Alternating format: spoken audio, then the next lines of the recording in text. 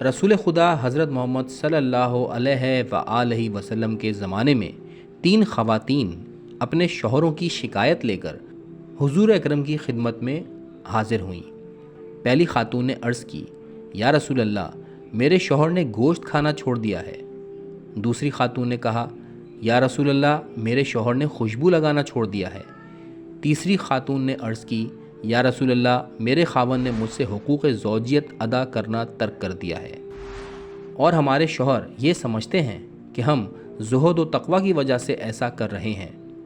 جیسے ہی حضور پاک نے ان خواتین کی باتیں سنی تو آپ سخت ناراض ہوئے اور ناراضگی کے عالم میں گھر سے مسجد کی طرف روانہ ہوئے، اور آپ کا انداز کچھ ایسا تھا کہ آپ کی عبائے مبارک زمین پر گھسٹ رہی تھی۔ پیغمبر اکرم منبر پر تشریف لے گئے اور لوگوں کے اجتماع سے خطاب فرمایا۔ حمد و ثنا کے بعد آپ نے ارشاد فرمایا کہ میرے چند اصحاب کو کیا ہو گیا جو گوشت نہیں کھاتے، خوشبو استعمال نہیں کرتے اور اپنی بیویوں کے حقوق زوجیت بھی ادا نہیں کرتے۔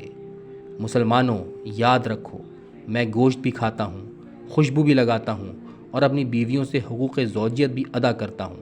یہ میری سنت ہے، اور جو میری سنت سے منہ موڑتا ہے اس کا مجھ سے کوئی تعلق نہیں ہے۔ نبی پاک کے اس بیان نے غلط زہد کی بدعت کو ہمیشہ کے لیے تباہ کر دیا۔ اللہ اکبر۔